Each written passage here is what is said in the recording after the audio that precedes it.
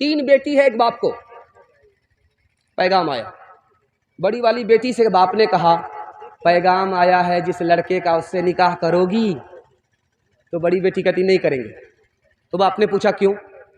کہا اس لیے کہ وہ میرا رشتہ دار نہیں ہے اور وہ برابر کا آدمی نہیں ہے، وہ میری غلطی کو پکڑے گا، میری غلطی کو معاف نہیں کرے گا، اس لیے میں نکاح نہیں کروں۔ باپ نے کہا بیٹی، دوسری بیٹی سے کہا بیٹی تم قبول کر لو۔ وہ بیٹی کہتی نہیں، میرے اندر تو ہنر ہے ہی نہیں، عیب ہی عیب ہے، مجھ کو طلاق دے دے گا، معاف نہیں کرے گا، میں رشتہ قبول نہیں کروں گی۔ تیسری بیٹی جو سب سے چھوٹی بیٹی ہے، اس سے باپ نے کہا یہ حارث نام کا نوجوان ہے، تمہارے گھر رشتہ دیا ہے، تم قبول کرو گی؟ تو چھوٹی بیٹی تیار ہو گئی کہ مجھے قبول ہے، یہ رشتہ قبول ہے۔ تو باپ نے پوچھا کہ بیٹی رشتہ کیوں قبول ہے؟ کہ اس لیے قبول ہے کہ میرے پاس صورت بھی ہے، میرے پاس سیرت بھی ہے، اور اللہ پر بھروسہ ہے، جو ہونا ہوگا دیکھا جائے گا۔ بیٹی نے رشتہ قبول کر لیا۔ 2 بستی میں جنگ ہو رہی ہے، لڑکی کا رخصتی کا وقت آیا، لڑکی ہاتھ جوڑ کر کے کھڑی ہو گئی، جب تک یہ لڑائی ختم نہیں ہوگی میں سسرال جا نہیں سکتی۔ اب جو شوہر تھا 300 اونٹ لے کر کے دوسری بستی والے کو منانے کے لیے گیا کہ جنگ ختم کرو ورنہ میری بیوی میکے ہی میں رہے گی، سسرال نہیں آئے گی۔ اس بچی کی عقل مندی کو داد دیجئے، شادی کے بعد اس شرط پر رخصت ہو رہی ہے پہلے گھر کا جھگڑا ختم کرو، اس کے بعد ہم تمہارے گھر آئیں گے۔ اس کی وجہ سے 40 سال کی لڑائی ایک دن میں ختم ہو گئی۔ دوسری مثال دے رہا ہوں، دھیان سے اس کو سنیے۔ امراء القیس سردار ہے، ایک آدمی کے ساتھ ہے، 3 سوال کرتا ہے، یہ جو جنازہ جا رہا ہے زندہ کا ہے یا مردہ کا ہے؟ یہ جو کھیتی کھڑی ہے ختم ہو گئی یا باقی ہے؟ تیسرا سوال کرتا تم مجھ کو اٹھاؤ گے یا میں تم کو اٹھاؤں گا؟ تو لڑکی کے باپ نے سوچا کہ یہ عقل سے پیدل لگتا ہے، رانچی سے آیا ہوا، ہاں پاگل لگتا ہے۔ تو اس نے اپنی بیٹی سے کہا کہ دیکھو ایک بیوقوف میرے ساتھ آیا ہے، جنازہ کو دیکھ کر کے کہتا ہے کہ زندہ کا جنازہ ہے یا مردہ کا جنازہ ہے۔ تو بیٹی نے کہا وہ صحیح سوال کیا، اس کا جواب کیا ہوگا؟ اب وہ یہ پوچھنا چاہ رہا تھا کہ اس مرنے والے کا وارث زندہ ہے کہ نہیں؟ وارث ہے تو یہ آدمی زندہ ہے، وارث نہیں ہے تو یہ آدمی مردہ۔ اب اس کے باپ کو سمجھ میں آیا کہ میری بیٹی پڑھی لکھی ہے، مجھ سے زیادہ پڑھی لکھی۔ کہا کہ وہ جو کھیت کے بارے میں جو پوچھا کہ کھیت ختم ہو گیا یا باقی ہے، وہ سوال بھی صحیح تھا، یعنی اس نے کھیت کو بیچ کر کے پیسہ بنا لیا ہے، کھا لیا ہے، یا ابھی کھیت بیچا نہیں ہے، وہ یہ سوال کرنا چاہ رہا تھا۔ ابا حضور آپ نے اس کو عقل سے پیدل سمجھا، وہ عقل مند آدمی تھا۔ کہا کہ اس نے کہا کہ مجھے تم اٹھاؤ گے یا میں تم کو اٹھاؤں گا؟ یہ سوال بھی اس کا صحیح تھا، وہ یہ کہنا چاہ رہا تھا کہ سفر کر رہے ہو، تم قصہ کہانی سناؤ گے یا میں قصہ کہانی سناؤں گا؟ جب تم قصہ کہانی سناؤ گے تو سفر جلدی اٹھے گا، جب تم قصہ کہانی سناؤ گے تو راستہ جلدی کٹے گا۔ یہ مطلب تھا۔ جب اس سردار کو پتا چلا کہ اس گھر میں لڑکی باپ سے بھی زیادہ پڑھی لکھی ہے، اس نے فری میں اس لڑکی سے نکاح کر لیا۔ تیسرا نمونہ آپ کی خدمت میں آ رہا، کالا آدمی دروازے پر آیا، دستک دیا، دروازہ کھلا، باپ آیا، کہا کیوں آئے ہو؟ کہا مجھے نبی نے بھیجا۔ کہا کیوں بھیجا ہے؟ تم اپنی بیٹی کا نکاح کر دو میرے ہاتھ۔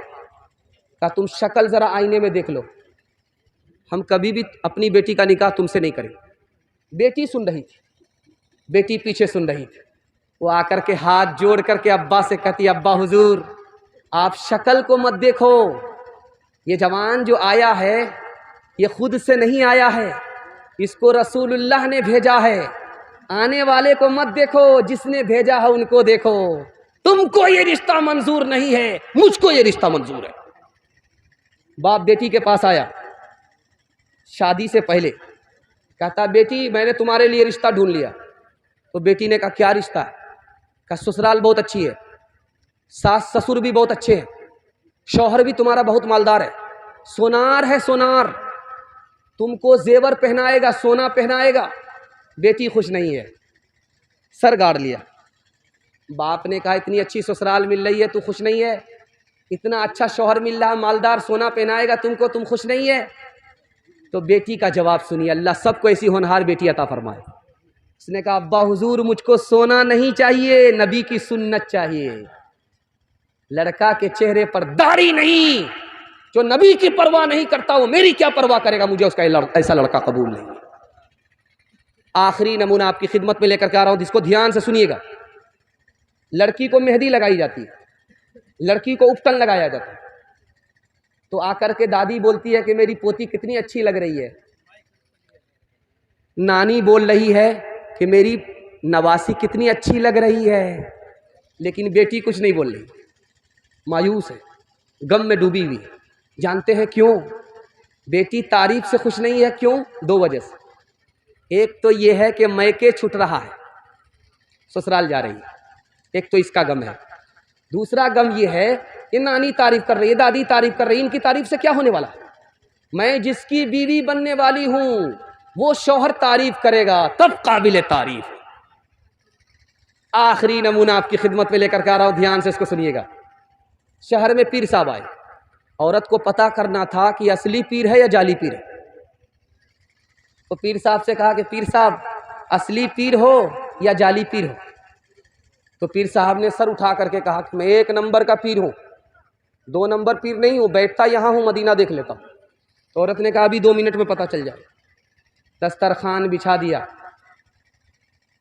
بھات لا کر کے رکھ دیا، ترکاری بھات میں چھپا دی، چاول میں ترکاری چھپا دی۔ کہا پیر صاحب کھانا کھائیے۔ کہا بہت بدتمیز عورت ہے، سالن تو دیا نہیں، روکھا سوکھا کیسے کھایا جائے گا؟ تو عورت نے کہا کہ آپ 2 نمبر کے پیر ہو، بیٹھتے یہاں ہو، مدینہ نظر آتا ہے، بھات میں ترکاری چھپی ہوئی ہے، نظر نہیں آ رہی ہے۔ حسن صورت چند روزہ، حسن سیرت مستقل، اس سے خوش ہوتی ہیں آنکھیں، اس سے خوش ہوتا ہے دل۔ تعلیم عورتوں کو بھی دینی ضرور ہے، دینی ضرور ہے۔ لڑکی جو بے پڑھی ہو تو وہ بے شعور ہے، بے شعور ہے۔ اس نے معاشرت میں سراسر فتور ہے، اور اس میں والدین کا بے شک قصور ہے، بے شک قصور ہے۔ جلسہ آپ کا ختم ہو گیا۔ 3 وعدہ میں لوں گا، آپ کے گھر میں کبھی مصیبت نہیں آئے گی انشاءاللہ۔ گناہ نہیں کریں گے، ہاتھ اٹھائیے۔ غلط نہیں کمائیں گے، غلط ماحول میں نہیں جائیں گے، آپ کے گھر میں کبھی مصیبت نہیں آئے۔ جلسہ زندگی بھر کے لیے کامیاب ہو جائے گا۔ 3 کام پر آپ کھڑے ہو جائیے۔ وعدہ کیجئے اللہ کی عبادت کریں گے انشاءاللہ، رسول اللہ کی اطاعت کریں گے انشاءاللہ، مخلوق کی خدمت کریں گے انشاءاللہ۔